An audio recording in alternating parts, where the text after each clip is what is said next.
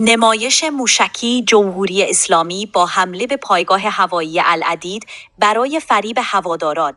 جمهوری اسلامی می‌دانست که اگر در این حملات حتی یک آمریکایی زخمی یا کشته شود، با واکنش شدید ترامپ روبرو خواهد شد. واکنشی که می‌تواند تا مرز سرنگونی رژیم پیش برود. به همین دلیل پیش از موشکباران پایگاه هوایی العدید، مقامات جمهوری اسلامی مسئولان آمریکایی و قطری را مطلع کردند تا پایگاه تخلیه شود.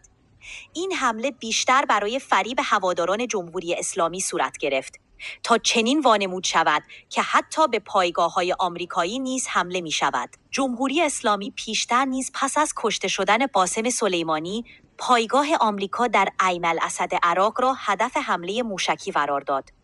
اما پیش از آن از طریق مجاری دیپلماتیک به آمریکایی‌ها اطلاع داده و از ترامپ خواسته بود پایگاه را تخلیه کند تا این حمله صرفاً نمایشی باشد.